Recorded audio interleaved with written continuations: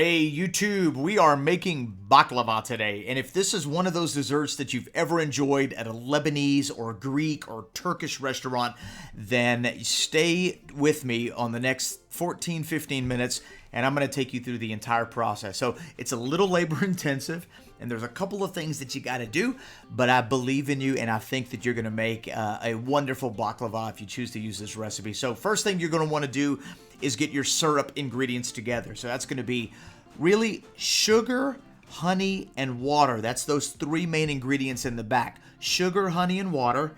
And then lemon juice, but the lemon juice comes in later. And I'll tell you about that in a minute.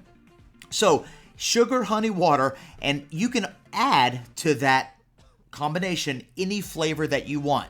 For this recipe, I'm going to add a little bit of vanilla. That's what's in that one little container. We're going to add some orange zest.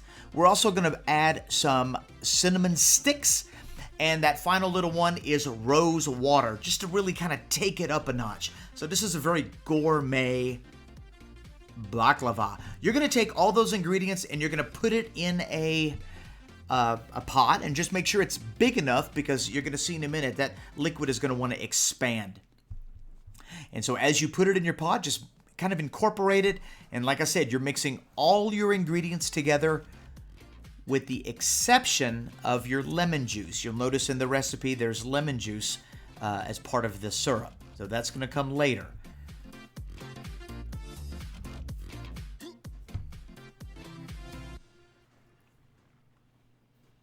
Mix well till it's mostly incorporated. Have your lemon juice available, but do not add it. We're going to add it towards the end of the cooking cycle.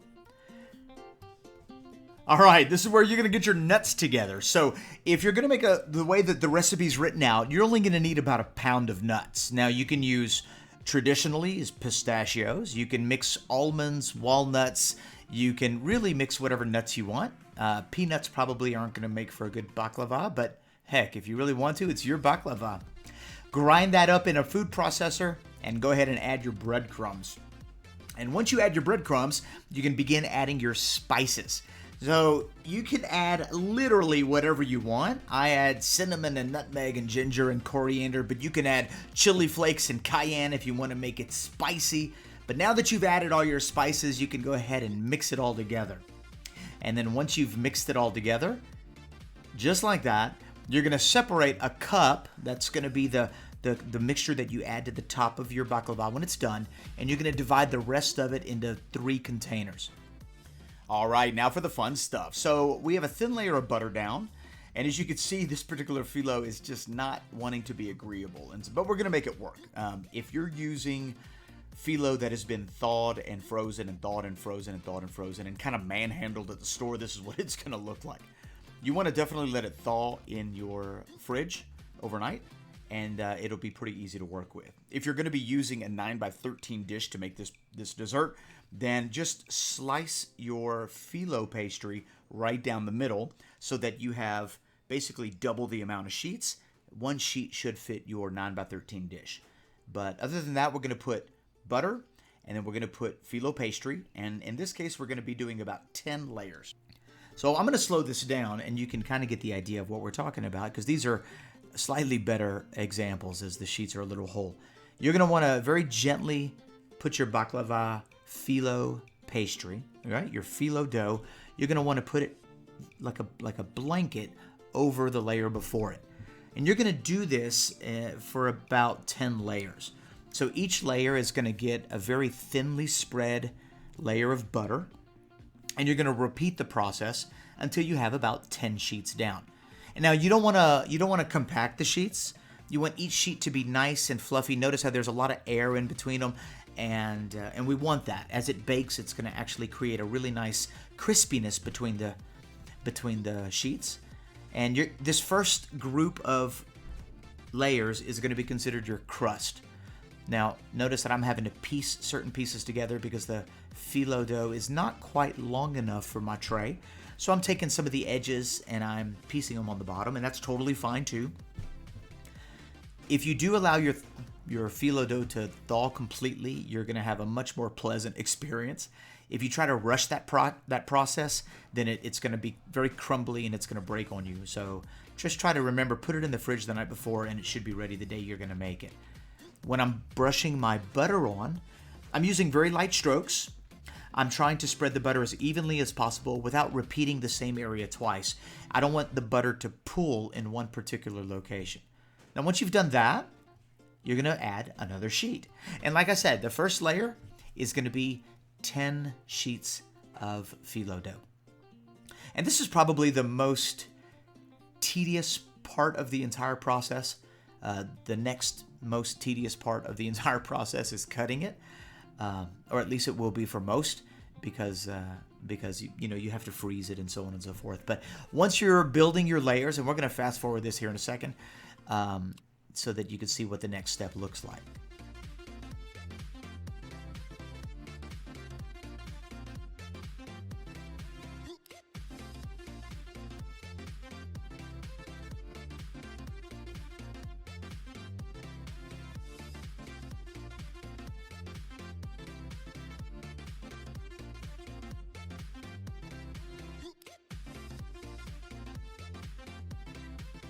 Okay, now we get to the nuts. So I've got 10 layers down, and you remember you've separated your nuts into 3 bowls.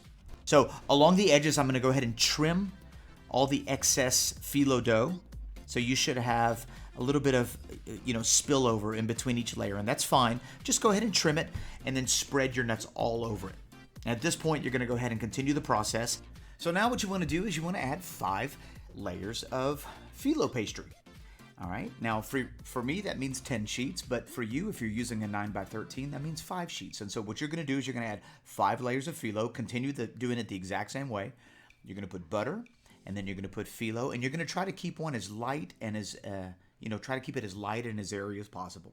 And so you're not compacting it, you don't want it to be dense, and you want very light brush strokes as you're putting it down.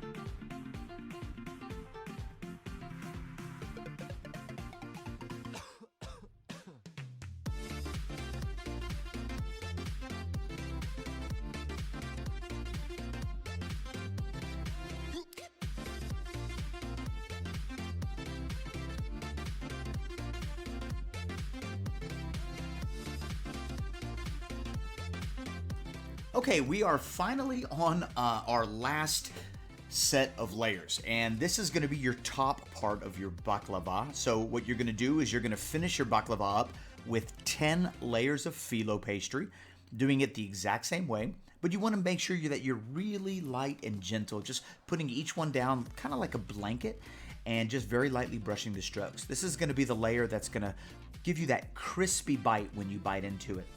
So 10 layers. Brush it really nice, and go ahead and put and trim your edges when you're completely finished. And what I've found that works best for me, because the very next step is cutting it, is to pop it in the freezer right before you cut it. And so what we're going to do is we're going to go ahead and trim all the edges, and then we're going to pop it in the freezer for about 20 minutes. And what that's going to do is that's going to really firm it up, and it's going to make it a little bit easier to cut.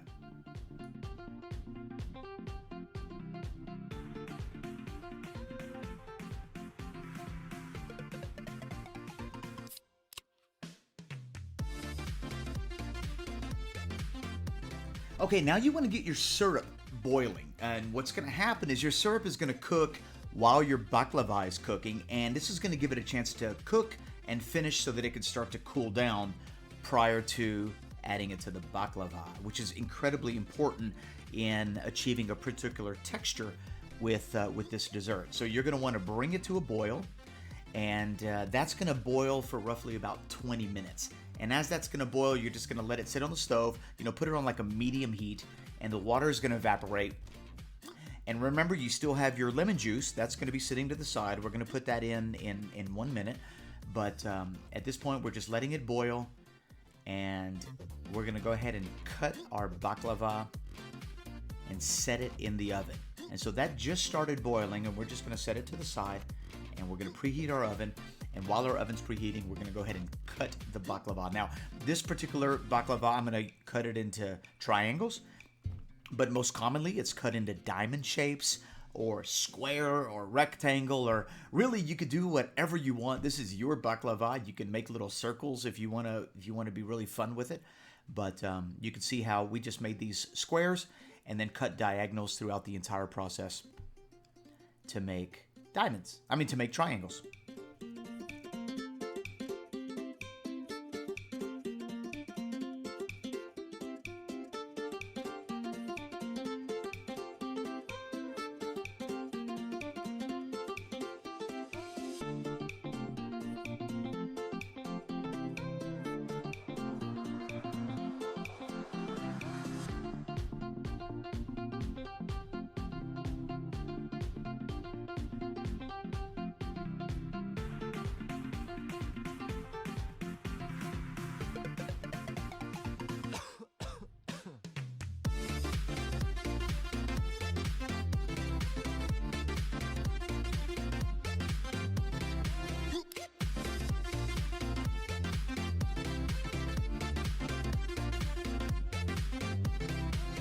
Okay, this is where it gets really crazy. This is where you add your syrup. And in order for you to achieve that perfect, crispy but not dry and gooey but not soggy texture, you want to add your slightly cooled syrup over your freshly baked baklava. So your baklava needs to be right out of the oven, and your syrup needs to be slightly cooled. At this point, you're going to go ahead and add the excess nut mixture. You should have a cup lying around somewhere. You're going to go ahead and add that on the top, and then you're going to let it cool, cover it, and then put it in an undisturbed place for about 12 hours. This is what it's going to look like the next morning, and let me go ahead and take a couple pieces out and let's take a look at what it looks like.